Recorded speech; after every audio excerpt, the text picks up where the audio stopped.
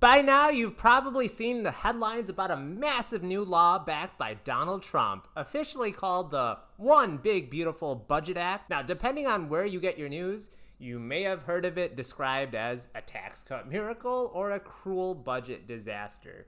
The truth is, it's actually pretty complicated. Just like anything in life, most of the coverage, it only tells one side of the story. And that is exactly why this summary in this video exists. It's to break it all down clearly and remain somewhat neutral so you can actually understand what's in the bill, how it affects you, and why it matters. Now, since the actual bill is well over 800 pages, I'm sure you're going to appreciate the bare bones summary that I'm about to give. All right, starting off with your wallet and taxes. This bill will lower taxes and there's going to be newer rules. Starting off with the standard deduction. It's going to be bigger and it's going to be permanent. So if you're single, you can now deduct up to $15,750. And if you're married, just double it. Jointly, you can write off $31,500. This means less of your income gets taxed and fewer people need to itemize their deduction. The bill also made some targeted changes towards salts. We're not talking about the cooking ingredient, we're talking about state and local tax deduction, or SALT, which was originally capped at $10,000 under Trump's 2017 tax law. This cap hit people hardest who live in very high tax states, such as New York, California, New Jersey, where residents often pay a lot in state and income property taxes. Now, under the new bill, married couples filing jointly can now deduct up to $20,000 in state and local taxes, which is double the previous limit. But this only lasts through 2028, so it is not permanent. Single filers still face the original $10,000 cap. For very high earners, this is people over $500,000 or $1 million if they're jointly filing. The SALT deduction continues to phase out,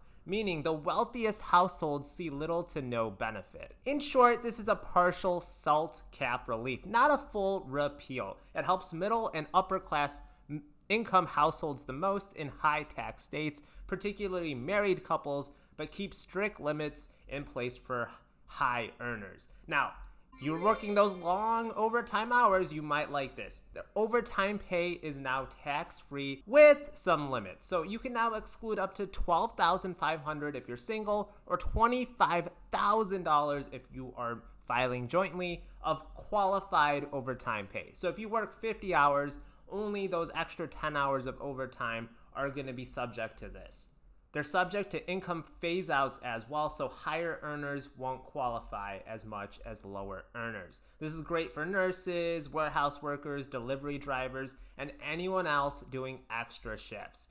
Also, the no taxes on tips. This was a big campaign promise, and it finally came into fruition here. But this only lasts through 2028. So this is going to be a deduction on qualified tips. This is going to apply to industries such as salons, spas, barbers, anywhere that there's a service job. You need to report tips plus file with a valid social security number. That's also going to be a key in a lot of these provisions, as we're going to talk about here. It ends after 2028 unless extended, so this is going to encourage reporting tips and provides real savings for service workers. If you're planning on having kids, because not many people are these days, there's going to be a child tax credit that's going to be higher and some newer rules. So it actually got raised up to $2,200 per a child, and up to $1,800 is refundable, so you can get it even if you owe $0. Now, this actually requires the social security numbers for both the parent and the child. This ensures that the benefit goes to legal residents and reduces the chances of fraud. Now, if you've bought a new car, it's possible now that your car loan interest can now be deductible, but only if it's US assembled. You can write off interest from your passenger car loan up to $10,000 every year, but only if the car is assembled in the US and the deduction phases out at higher income levels. It runs through the start of 2029. Now, miscellaneous deductions, they're mostly gone. Most small itemized deductions such as union dues, job search expenses, they got eliminated. The only exception that basically got kept was educator expenses and casualty losses.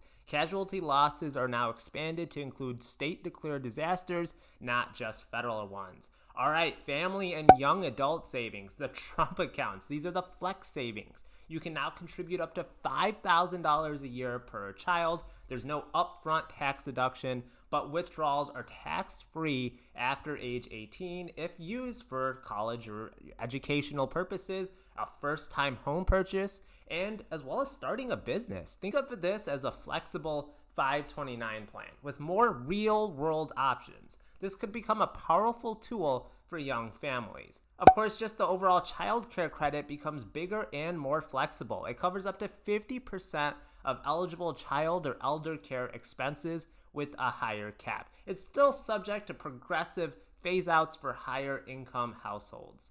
Now let's talk a little bit more about education, job training, and housing. So 529 plans expanded. They can be used for trade schools, being an apprentice, professional licenses, coding boot camps. This is really good news for those that don't want to just do the traditional 4-year college route.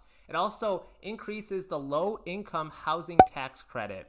This is going to be a permanent enhancement. It helps build more low-income housing. It now requires a minimum percentage of projects to be financed with tax-exempt bonds. It also encourages more investment into affordable housing, especially in underrepresented areas. Let's talk about small businesses and investors. The big one that I think a lot of people will be delighted to know about is that research and development expenses can now be deducted immediately. Companies, including small businesses, can now write off experimental research expenses in the same year instead of amortizing them over years. This can also apply retroactively for some small firms. This is a big win for tech startups, biotech, engineering, and product testing companies. I know for me, personally at the company that I work for, whenever I went over to the tax department and just talked news, they would always highlight this as one of the big things they were watching for in this bill if it got passed. Just as a reminder, research and development expenses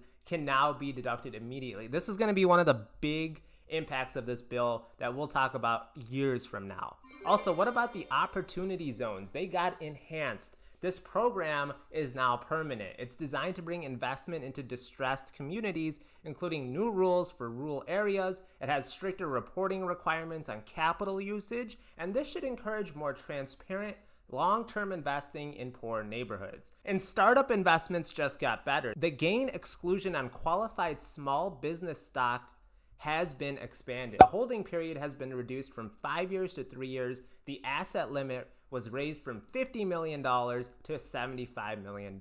This makes it easier and more appealing to invest in high-growth startups, as well as those niche provisions, right? We got spaceports now treated like airports. This is, if you're ever up in space just randomly, they now get treated as airports because they qualify for tax-exempt bond financing.